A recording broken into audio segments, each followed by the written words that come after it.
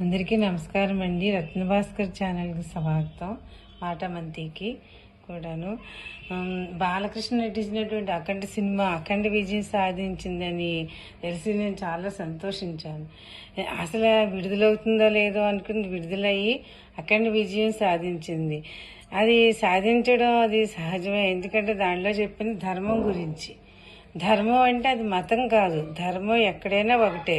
మొత్తం ప్రపంచం అంతా ధర్మం ఒకటే. న్యాయం వేరవ్వచ్చు. వాళ్ళ న్యాయం ఏంది, రేపు అది న్యాయం కాకపోవచ్చు. కానీ ధర్మం అనేది ఎప్పుడు ఇది ఇలా చేయాలి అంటే అది అలా ఉంటుంది అంతే.